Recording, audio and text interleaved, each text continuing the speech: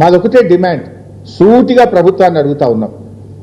వెంటనే కాళేశ్వరం మోటార్లు ఆన్ చేయండి, రిజర్వాయర్లు నింపండి, రైతాంగానికి మొదటి పంటకు నీళ్లు ఇవ్వండి. స్పష్టంగా అడుగుతున్నాం. మేము ఆలస్యం చేస్తే ఊరుకోం. ఇవాళ నీళ్లు కళ్ళ ముందు ఉన్నాయి, మోటార్లు రెడీగా ఉన్నాయి, కరెంటు ఉన్నది, రిజర్వాయర్లు ఉన్నవి. తక్షణమే మోటార్లు ఆన్ చేయండి, రైతాంగానికి నీళ్లు ఇవ్వండి. లేదంటే మాత్రం స్వయంగా కేసీఆర్ గారి నాయకత్వంలో లక్షలాది మంది రైతులందరం కలిసి కన్నేపల్లికి కదులుతాం, మోటార్లు ఆన్ చేస్తామని చెప్పి ప్రభుత్వాన్ని హెచ్చరిస్తా ఉన్నాం. మేం మాత్రం చూస్తూ ఊరుకోం.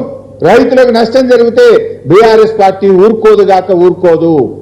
మేము వదిలిపెట్టాం ఈ ప్రభుత్వాన్ని. ప్రజాశక్తిలో ఉన్న బలమేందో చూపిస్తాం. మొత్తం 20 జిల్లాల రైతాంగం లక్షలాదిగా కదులుతాం, మోటార్లు ఆన్ చేసి రైతాంగానికి నీళ్లు ఇచ్చి చూపిస్తాం.